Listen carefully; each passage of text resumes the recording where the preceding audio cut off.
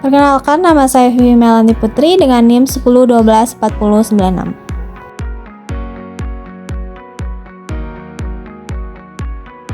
Saya Laila Ulkianti dengan NIM 10124055. Saya Istiqus Priyanti dengan NIM 10124053. Di video kali ini kita akan mewawancarai seorang manajer dari PT Erafon Era Jaya, yaitu Bapak Riki. Di sini saya akan mewawancarai Bapak sebagai narasumbernya. Gimana Bapak bersedia? Boleh. Poin yang pertama, bisa diceritakan sedikit tentang perusahaan ini? Tentang perusahaan ini ya, pertama sih Era Jaya ini bergerak di bidang retail ya, ataupun bisa dibilang juga retail smartphone kayak gitu. Bergerak di perusahaan yang dimana kita menyediakan barang-barang elektronik ya, seperti itu. Yang kedua, berapa lama Anda bekerja di posisi manajerial di sini? Untuk saya sendiri, untuk kerja di perusahaan saya sekarang di 10 tahun. Udah 10 tahun. Divisi apa saja yang berada di bawah tanggung jawab Anda? Divisi. Betul. Divisi sih kita ada banyak ya, ada logistik, ya ada SCM, ada beberapa divisi yang kita kantongi ya gitu. Contohnya apa saja divisinya selain itu? Legalitas. Ya. Yang kedua, job desk kripsi tentang staf keuangan. Yang pertama, apa saja tugas utama seorang staf keuangan di perusahaan Anda? Tugas utama soal staf keuangan. Yang pertama merekap keuangan ataupun transaksi ya, merekap keuangan transaksi dan penjualan setiap harinya, yang dimana jangan sampai ada selisih ya. Untuk rekapannya sendiri kan itu ada di finance kita ya, ada di kantor kayak gitu. Kalau di kita hanya rekap manual. Oh iya. Apakah posisi ini berhubungan dengan bagian lain seperti produksi atau pemasaran?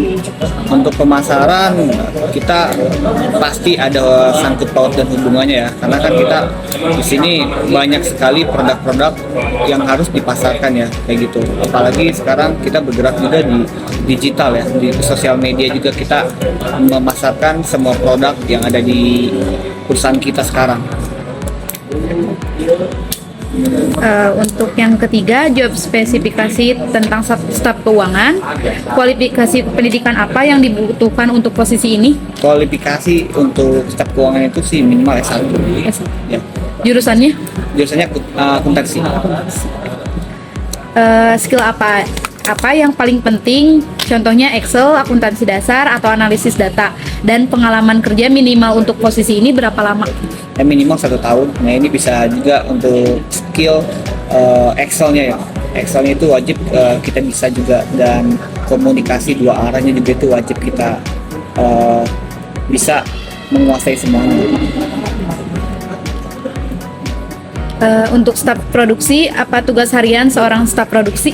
Staf produksi, Ya. Staf produksi itu bisa jadi mengirimkan barang dari gudang ya, dari gudang untuk operasional kita, untuk store-store yang membutuhkan barang-barang yang ingin kita jual. Bagaimana proses kerja produksi di sini dan apa peran staf produksi di dalamnya? Perannya sangat penting sih untuk produksi ya, terutama perihal aksesoris ya. Aksesoris kan di sini kita penjualnya cukup tinggi ya, yang dimana kalau misalkan produksinya kurang ya, otomatis salesnya juga kurang ya. Makanya untuk produksinya sangat penting. Berarti lebih dipentingin juga ke aksesoris gitu, diprioritasin juga. Job spesifikasinya, latar belakang pendidikan apa yang biasanya dibutuhkan untuk staf produksi? Untuk staf produksi ya itu minimal ya SMK, SMK. ataupun D3. Asalkan dia mempunyai skill ataupun pengalaman di pekerjaan sebelumnya. Yang selanjutnya ada pertanyaan untuk staf pemasaran. Yang pertama, apa saja kegiatan utama staf pemasaran di perusahaan Anda? Ya, staf pemasaran kita banyak. Pertama sih harus kreatif ya, inovasi dan inovatif juga ya, karena sekarang kan memang di dunia digital itu orang-orangnya sangat kompetitif ya. Ya, apalagi sekarang Gen Z kayak gitu. Jadi kalau misalkan kita nggak kreatif, otomatis secara pemasaran itu kurang. Ya. Iya.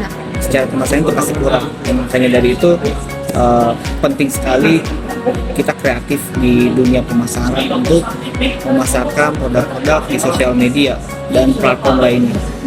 Contohnya kegiatannya apa aja buat staf pemasaran gitu di digital di era Digital, sekarang? contoh misal pembuatan konten ya, pembuatan video-video singkat ya, perihal produk-produk yang terbaru saat ini. Apakah posisi ini fokus pada promosi penjualan atau riset pasar? Dua-duanya itu perlu sih. Ini riset pasar juga kita perlu ya. Dan kedua tadi apa? Penjualan sama promosi. Penjualan dan promosi itu sangat penting juga ya. Terutama kan promosi ya. Promosi ini yang dimana kita banyak sekali mempromosikan di jaring sosial ya, terutama media ya, apalagi. Dan tadi yang kedua apa? Riset pasarnya. Oh, riset pasarnya otomatis ya kembali lagi ke sales ya. Kalau memang kita fokus ya pada pemasaran digital, otomatis risetnya juga positif gitu. Penjualan juga. Penjualan juga. Job spesifikasinya, pendidikan atau jurusan yang biasanya dibutuhkan untuk posisi pemasaran itu apa? Pemasaran ya setauku itu di S1. Jurusannya manajemen, Karena manajemen sih, baik manajemen ataupun komunikasi. ilmu komunikasi. Skill apa yang wajib dimiliki, misalnya komunikasi, negosiasi, atau marketing, dan seberapa pentingnya pengalaman kerja di posisi sebelumnya?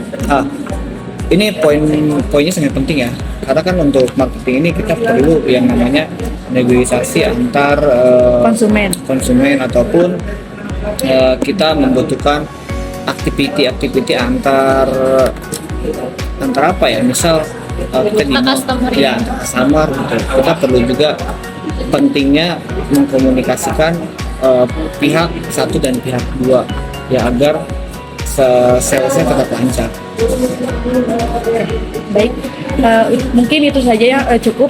Terima kasih. Boleh. Sekian wawancara yang kelompok kami lakukan. Apabila ada salah kata, kami mohon maaf. Sekian dan terima kasih.